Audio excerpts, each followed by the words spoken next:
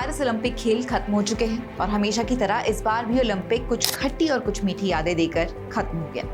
पर इस बार के ओलंपिक्स में एक नई बात देखने को मिली जो कि पहले शायद नहीं होती थी।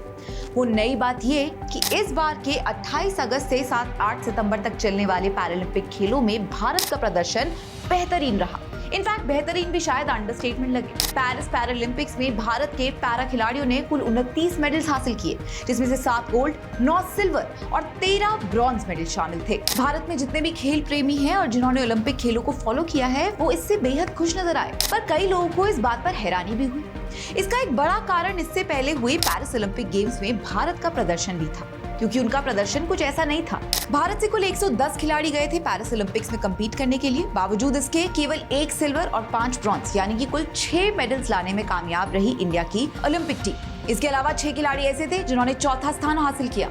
वहीं दूसरी तरफ पैरालंपिक खेलों में भारत की तरफ से 84 खिलाड़ी गए थे और इन खिलाड़ियों ने ओलंपिक वाले खिलाड़ियों से 4 गुना ज्यादा पदक हासिल किए। पर ऐसा केवल भारत में नहीं हुआ है। ब्रिटेन, यूक्रेन और नाइजीरिया में भी कुछ ऐसा ही देखने को मिला है। अब यहाँ पे हमें इस बात का भी ध्यान रखने की जरूरत है कि दोनों की तुलना करना फेयर नहीं होगा।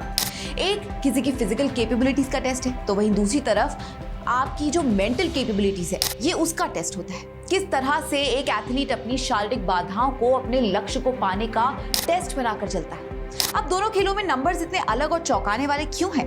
इसके कई कारण हैं और कई नंबर्स भी।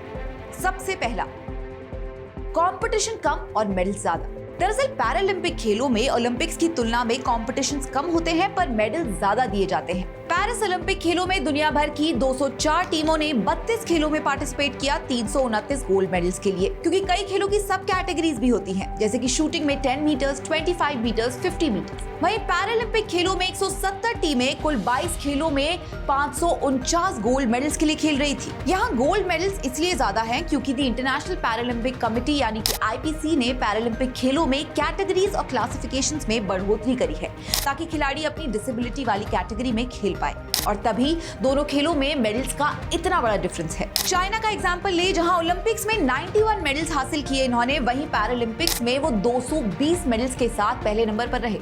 And the same with Netherlands, Olympics में 34 मेडल्स और पैरालंपिक्स में 56। दूसरा कारण, भारत में बढ़ता पैरा स्पोर्ट्स कल्चर। दोस्तों, जो भी बड़ी आबादी वाले देश होंगे वहां पर पैरा खिलाड़ियों की संख्या भी ज्यादा होगी और वहां पर पैरा स्पोर्ट्स कल्चर भी ज्यादा ही मिलेगा। पर ये खिलाड़ी ज्यादा है, इसका मतलब ये नहीं है कि उनके चांसेस बढ़ जाएंगे। कई देश ऐसे भी हैं जो विकलांग लोगों को अपमानित करते हैं या उन्हें बस दया की नजरों से देखा जाता है। वहां इन खिलाड़ियों को खिलाड़ी ही नहीं मानते हैं। पर भारत इस मामले में एक पॉजिटिव एग्जाम्पल है। हमारे देश में स्पोर्ट्स कल्चर को पिछले कुछ सालों में बहुत बढ़ावा मिला है और इसमें पैरा स्पोर्ट्स भी शामिल है। भारत और राज्य सरकार ने विकलांग एथलीट्स को सपोर्ट करने, उन्हें बेहतर ट्रेनिंग सुविधाएं, कोचिंग, यहाँ तक कि फाइनेंशियल असिस्टेंस भी प्रोवाइड करना शुरू कर दिया है।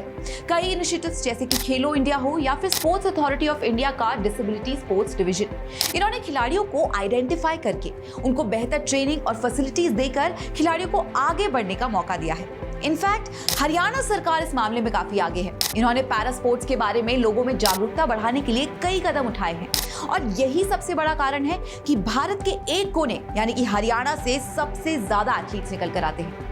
2010 के कॉमनवेल्थ गेम्स के बाद से स्पोर्ट्स मिनिस्ट्री ने अंतर्राष्ट्रीय मेडल्स जीतने वाले सभी खिलाड़ी, नियमित और पैरा एथलीट खिलाड़ियों को एक बराबर कैश प्राइज देने की घोषणा भी कर दी थी। इन चीजों से भी मोटिवेशन मिलता है क्योंकि वो अपने आप को दुनिया की नजर में एक समान ही तो देखना चाहते हैं, है ना? तीसरा कारण, खिलाड़ियों में जागरूकता। जैसे जैसे पैरा स्पोर्ट्स कल्चर बढ़ रहा है, वैसे इन खेलों को लेकर जागरूकता भी, और इस वजह से ही खिलाड़ियों की भी संख्या साल दर साल बढ़ती जा रही है। पर इसमें खिलाड़ियों के जज्बे का भी एक बहुत बड़ा रोल है। एक फिजिकल डिसेबिलिटी वाला शख्स अपनी डिसेबिलिटी से आगे बढ़कर अपनी एक पहचान बनाना चाहता है और इसके लिए वो कुछ भी करेगा। और सिर्फ इतना ही नहीं, पैरा खिलाड़ियों की एक कम्युनिटी बन गई है और ये एक दूसरे का साथ देने, उनको सपोर्ट करने का काम करते हैं और आगे बढ़ने का बढ़ावा देते हैं।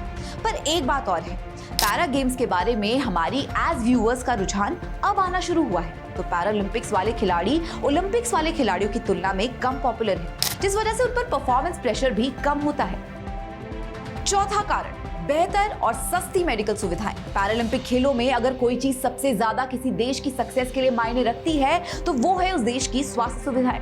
भारत इस मामले में कई डेवलप्ड देशों से आगे माना जाएगा, क्योंकि भारत में भले ही थोड़ी असमानता है स्वास्थ्य सुविधाओं को लेकर, पर कई दूसरे देशों की तुलना में भारत में स्वास्थ्य सुविधाएं सस्ती है। इसका मतलब और देशों की तुलना में भारत में विकलांग लोगों को जरूरी मेडिकल फैसिलिटीज मिलने की ज्यादा पॉसिबिलिटी है। दोस्तों, भारत में पैरा स्पोर्ट्स को लेकर लोगों का नजरिया बदला तो है, पर अभी भी there is a long road ahead of us, क्योंकि पैरा खिलाड़ियों को अभी भी कई दिक्कतों का सामना करना पड़ता है। और ये इसलिए क्योंकि अभी भी हमारे देश में चीजें पूरी तरह से पैरा फ्रेंडली नहीं है।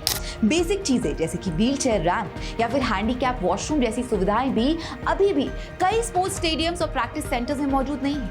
पैरालंपिक खेलों से सबसे बड़ी सीख जो हमें लेनी चाहिए वो ये है कि अगर इसी तरह खेलों में बेहतरीन प्रदर्शन चाहिए तो खिलाड़ियों के लिए सुविधाएं भी बेहतरीन होनी चाहिए, और ये एक एवर इवॉल्विंग प्रोसेस है। इस पर हमें लगातार काम करना होगा और तभी भारत आगे बढ़ पाएगा। यूपी की हर खबर देखने और उनसे अपडेट रहने के लिए हमारे चैनल श्रेष्ठ यूपी को सब्सक्राइब और लाइक करें। साथ ही बेल आइकन को दबाना ना भूलें, जिससे हमारे हर वीडियो की जानकारी आप तक पहुंचती रहे।